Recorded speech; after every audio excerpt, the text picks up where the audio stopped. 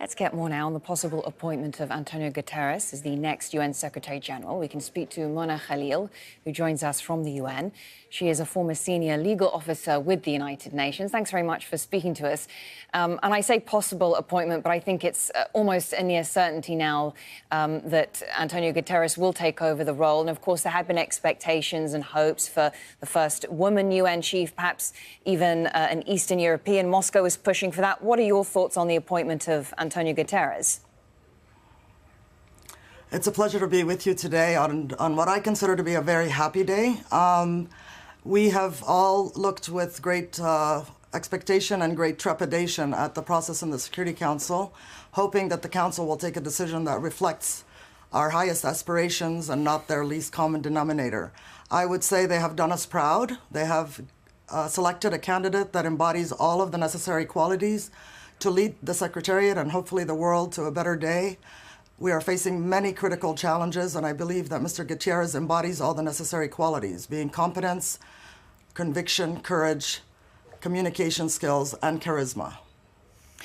And there is, of course, we had reached, it was an important stage in the process, but perhaps there hadn't been an expectation that there would be an agreement at this point in time. We do have one. What are your thoughts on the possibility of closed-door deals? Would Russia and China perhaps have been promised key UN posts in return for supporting this selection? Well, that would be consistent with the historical record. All P5 members have been guilty of imposing their will with regard to the selection and appointment of the senior leadership of the organization. I hope that Mr. Guterres and the P5 heed the warnings of the General Assembly, that they will look to a day when national ownership of posts is no longer a consideration, that the selections are made based on merit, relevant experience, and competence and ability to lead. We are facing too many critical challenges: climate change, massive atrocities across the globe, in particular in Middle East and Africa. We need the most effective and capable leaders at all relevant posts.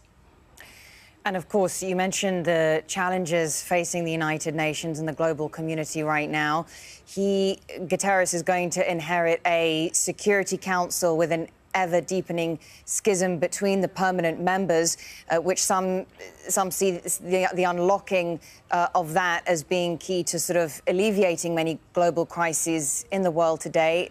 How is he going to perhaps approach or manage these divisions?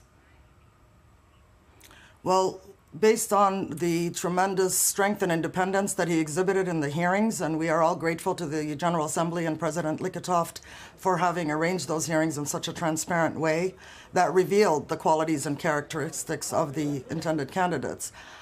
Based on the performance there, one would hope that he does have the courage of conviction to stand up for what is right on behalf of the human rights of all peoples of the world, including standing up to those who either shield those responsible for mass atrocities and those responsible for mass atrocities and bring those to an end. He is, of course, unable to enforce any such appeal, but he will hopefully raise that voice loudly and clearly, demanding that the Security Council live up to its responsibility.